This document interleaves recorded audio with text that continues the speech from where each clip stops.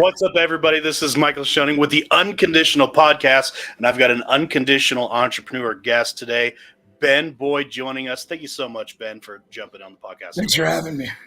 So excited, man. And I'm sorry about the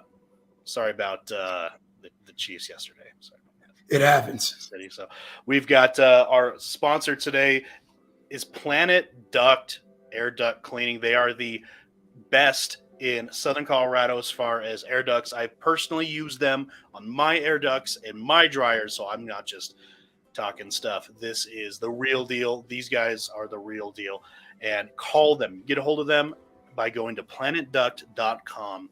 And guys, you won't believe what comes out of your dryer vent and your air ducts until you get Planet Duct out there to go ahead and come out. And they are part of the certified with the National Air Duct Cleaners Association. Don't use just anybody. Use the right guys. Use Planet Duct.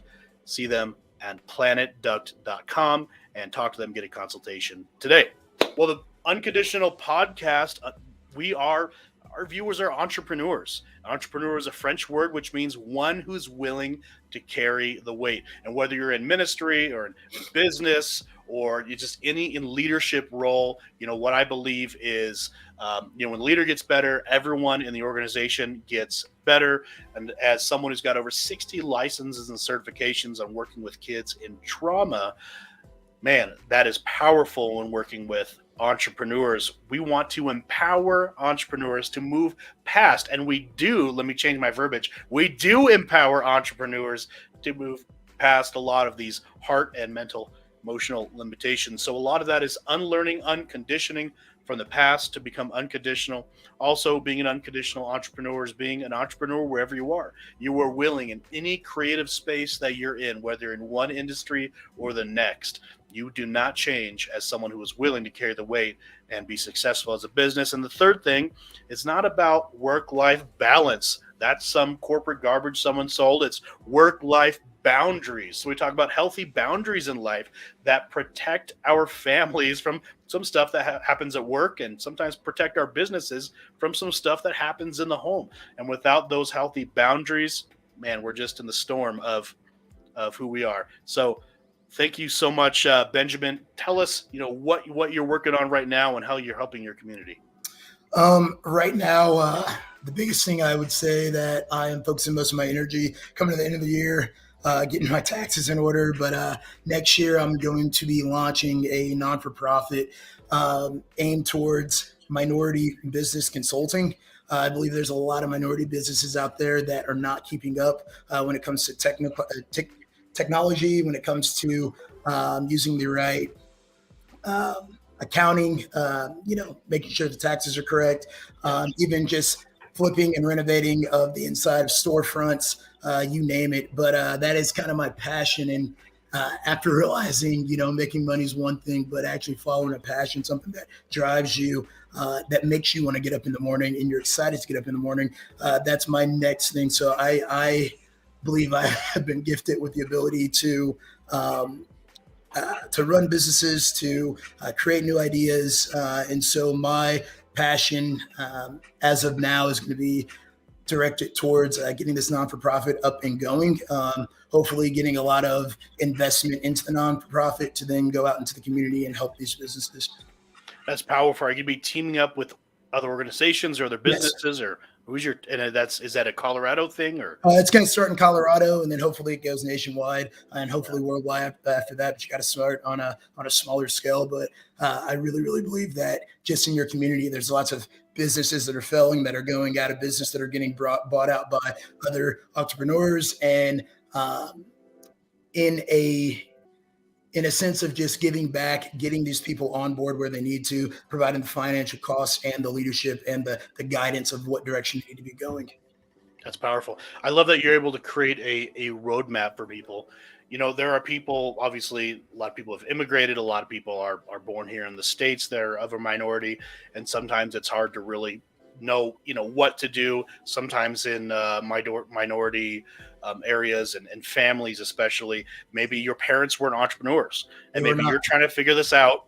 My father, I love my dad. He's amazing. He's raised me since I was 2 years old.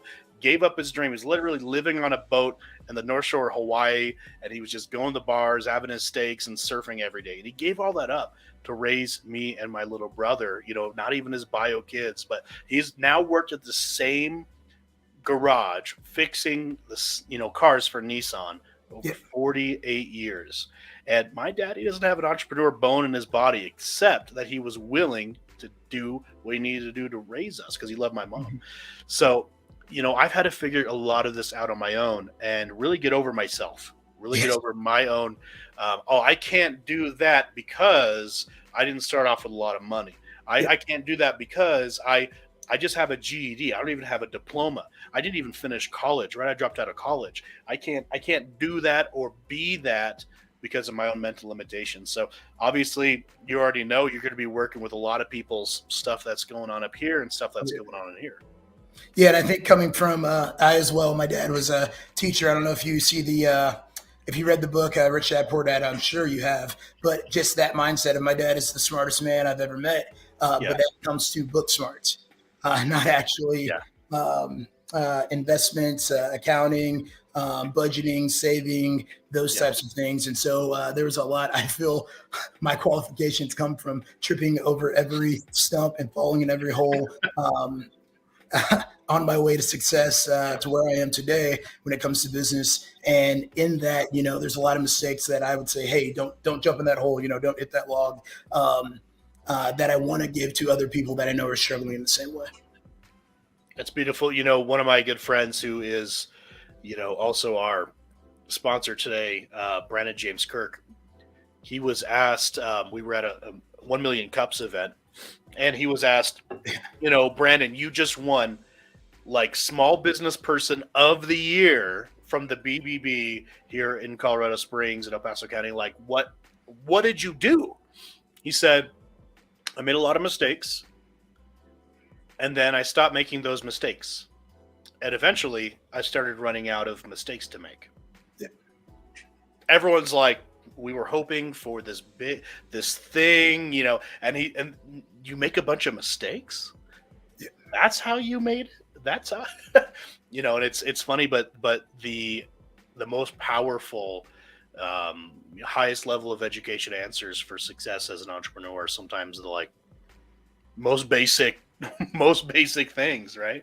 Yeah. So tell me, now you are in real estate, is that correct? You're a broker? Yeah, so I don't like to say a real estate agent or a real estate broker. Okay. I got into this. I was an infantry officer down at Fort Carson. I still am. I'm a captain in the Army. Okay. I wanted to get into the military to kind of progress in my career, kind of a stepping stone on the way to where I wanted to be. And in that, I came across a good group of people while I was in Afghanistan. From that point forward, I got back and kind of just decided to, hey, if I plan on getting out of the military anytime soon, I need to come up with a game plan, right? You don't just jump ship without there being another ship to jump to. Yeah, it's called drowning.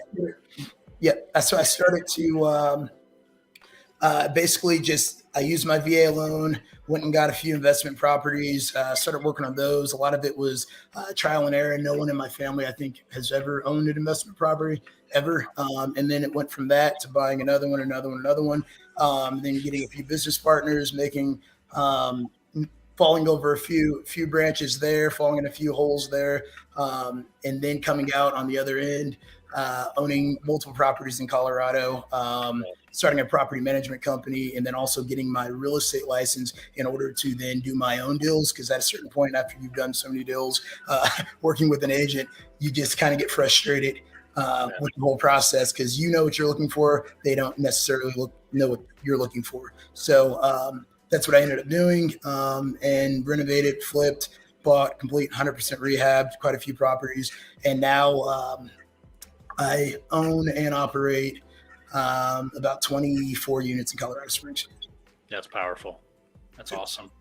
And this is not from like a formal education. This is not from your parents did this. This is not from whatever. You didn't inherit these houses. No. Like this is you being willing to do it. Yeah.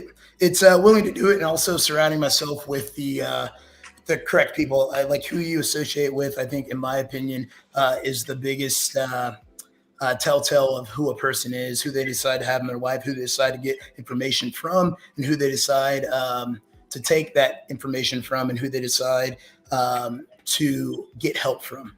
So a lot of it was mentors. Some of these mentors were younger than me. Yeah.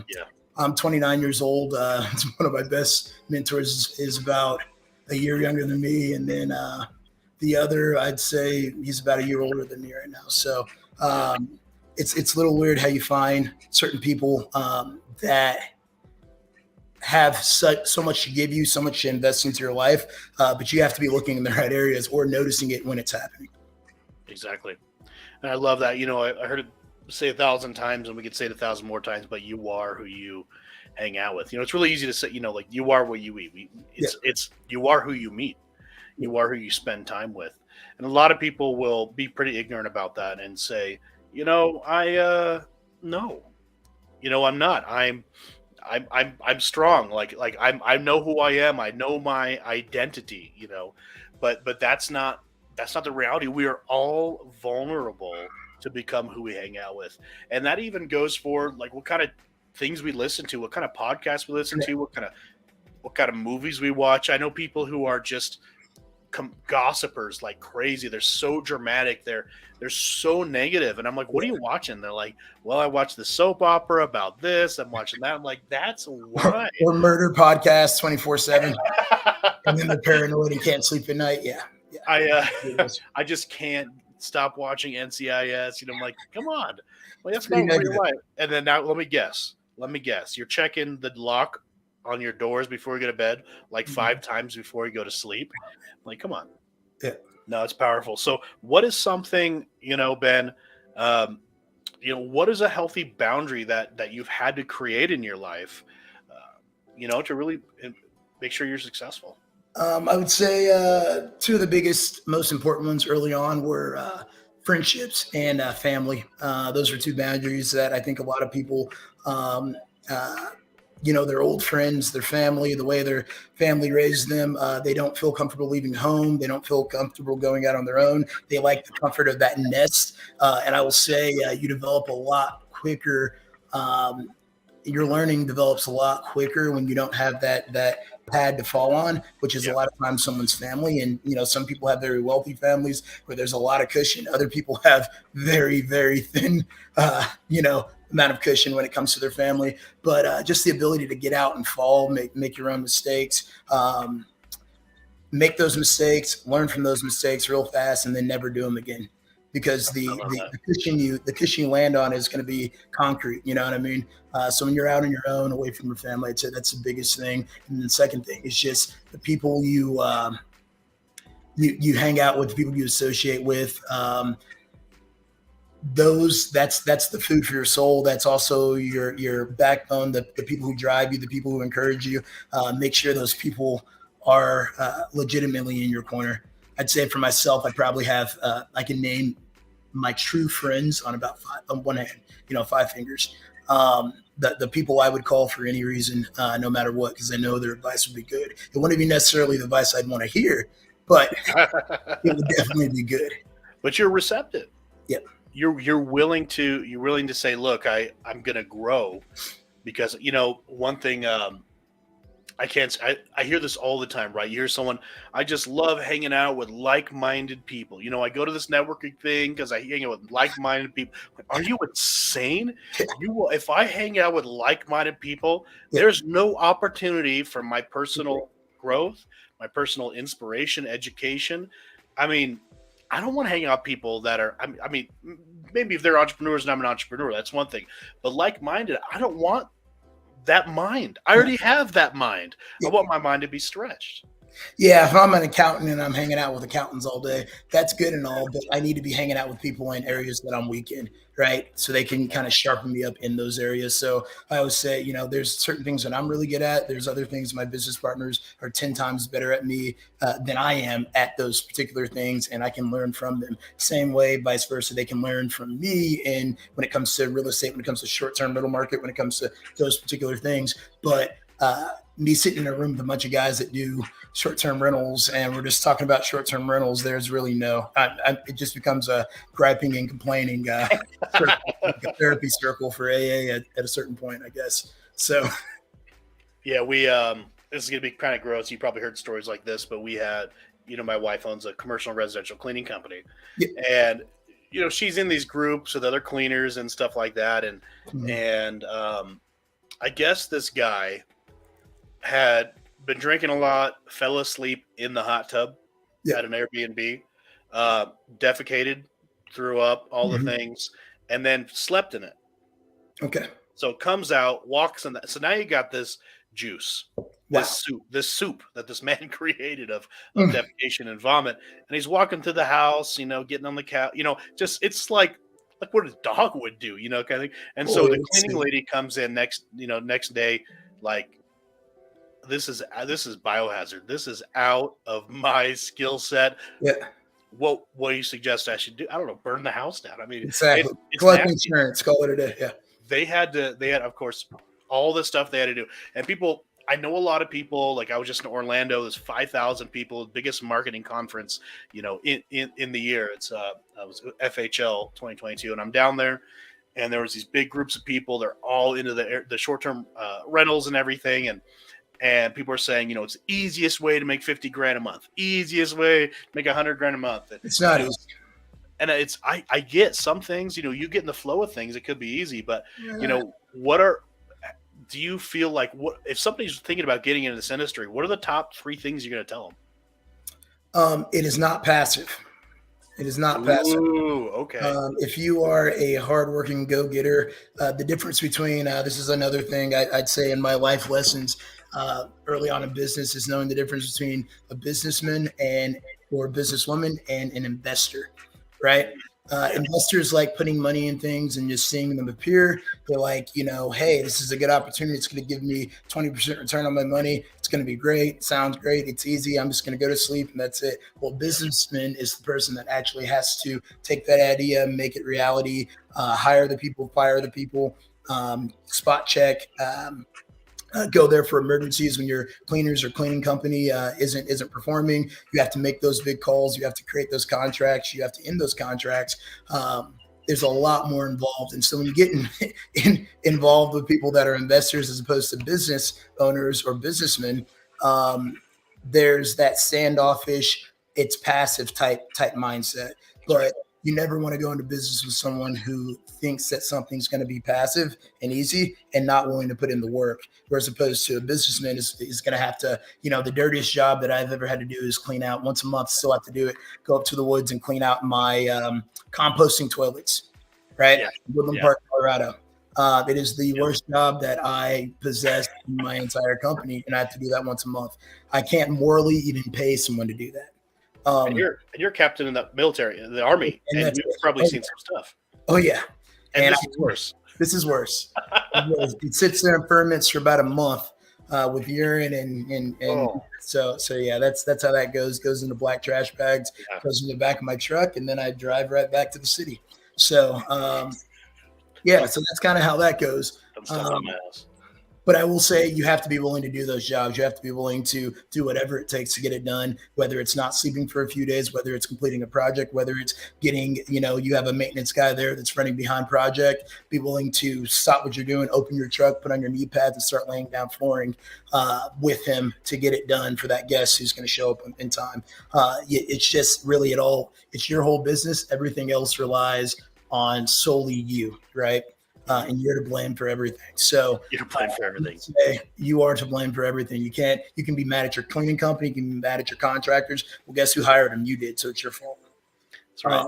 So yeah, Ben, we're out of time today, and I got to mention my sponsor. But man, I want to have you on the show because there's what have you again? Because I know there's a lot more. I know you can give a lot more to the community. I'm really excited for so what you have to say. I mean, you have a lot of experience in a lot of different fields, and I have a feeling that you've it's obvious that you've overcome some stuff too. Oh, for sure. Overcome some challenges, some mental challenges, and that's your heart to help other people do that as well. So I want to thank our sponsor again, Planet Duct, Air Duct Cleaning. Southern Colorado's best air duct cleaning company. Again, I personally use them on my house. Super satisfied. Get a hold of them on planetduct.com if you want to breathe easy and have a happy home. Ben, I appreciate you being an unconditional entrepreneur and helping to even create a space to raise up other unconditional entrepreneurs. I want you back when you get that nonprofit going, because I want to get that out. As we build this podcast, I want to get the unconditional tribe and everybody to pitch in and help make your vision successful and to helping those in your community. Greatly appreciate you for having me, Michael. Thank you. You too, Ben. Catch you later. Bye.